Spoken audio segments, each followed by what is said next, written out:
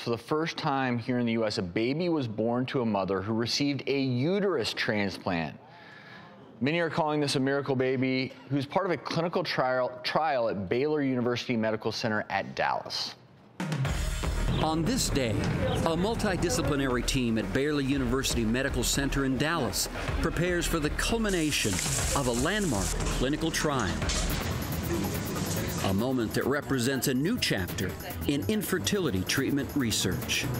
A woman with absolute uterine factor infertility, or AUI, is about to undergo a scheduled cesarean section and deliver a baby born from a transplanted uterus, the first birth of its kind in the United States.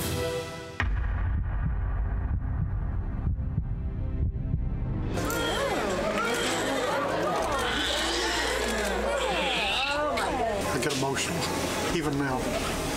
After 7,000 babies, it's still that special. This groundbreaking case took a team of physicians. Two of them are joining us now from Baylor University Medical Center in Dallas via Skype. Please welcome to the show transplant surgeon Dr. Tiffany Anthony and OB-GYN Dr. Lisa Johannesson. Welcome to you both. Obviously, this is something that even 10 years ago people wouldn't have thought possible. Tell us about that special day, Dr. Johannesson. Well, it was just amazing. I'm an obstetrician, and I've been working with the Swedish uterus transplant trial, where we delivered 8 babies. But it doesn't matter how many babies you deliver and how many other babies aside with the uterus transplant program we delivered. This day was very special. Basically, you can cut through the tension in that room when we went into the OR room. And as you saw in the clip before, when the baby was crying, that was the most beautiful thing I've ever heard. And I think all of us had tears in our eyes just listening to that. This is something that gives women that normally cannot carry their own baby because of problems with their uterus the ability to have a uterus and carry their baby to term. But there are some caveats, for example, that it's a temporary situation, right? Yeah, exactly. And so you say that it's for 1 to 2 babies, correct? Yeah, that's Is there a reason you cut it off at 2? Well, I mean, it's very new, and we don't have any research behind this so far. We're trying to learn, and every case we do, we learn so much more.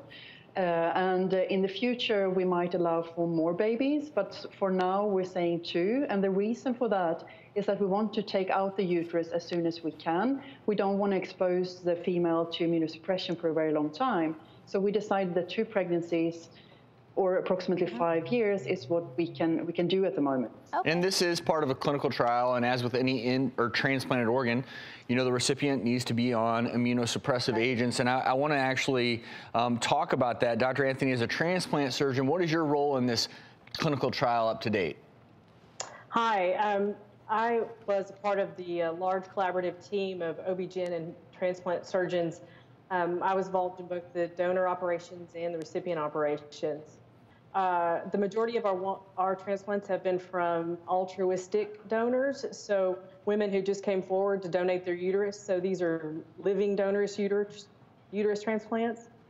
So, you know, the operation's about 5 hours long for the donor and about just that long for the recipient. So these make for long days. Are you able to tell us a little bit about the success rate?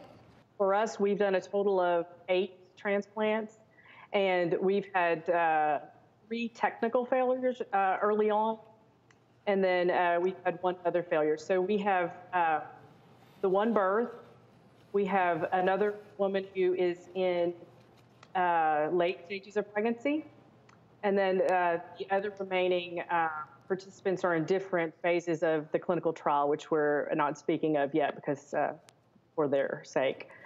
Well, doctors, we do have to go to break. Thank you both so much for joining us.